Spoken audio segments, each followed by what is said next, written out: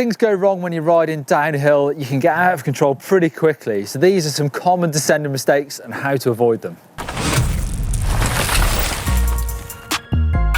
Standing too stiff on the bike.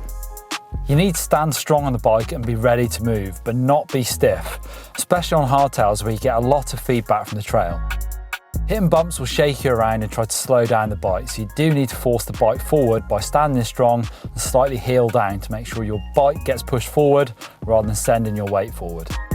You need to be ready to absorb the bumps and the changes in transition on the trail. Getting too low.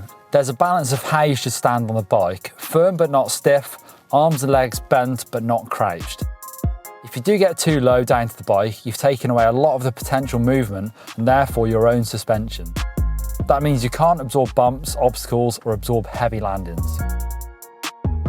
Relying on the front brake too much. You need to be balancing the brakes when you ride your bike, but having said that, when it comes to riding the steepest of downhills, if you get any slide on that front tyre, things can get really sketchy. So that's when I will actually bias the rear brake just that little bit more.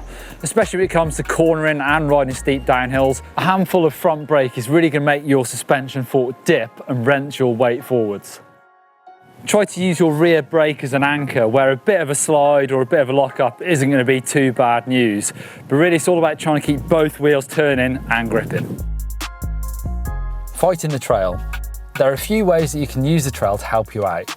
Don't just hang back, brake and battle the trail. Use pumping technique to make bits of speed where you don't really want to pedal. When you're going fast, it's much safer to hang back and pump into the trail rather than swing your pedals near the ground.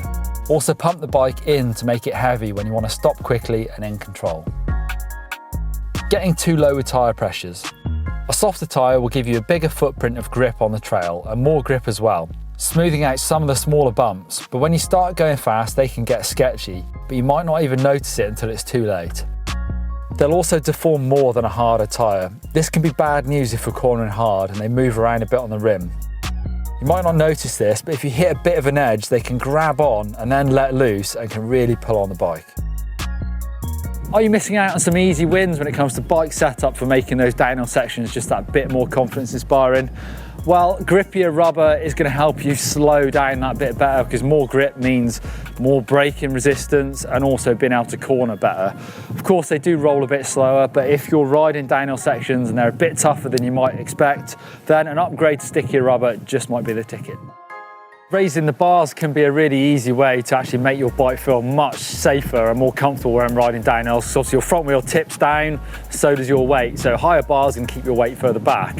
Pretty simple, just by sticking another spacer or two underneath that stem, if you've got enough room to do it, or even taking one from the top, sticking it underneath, it's going to make a massive difference.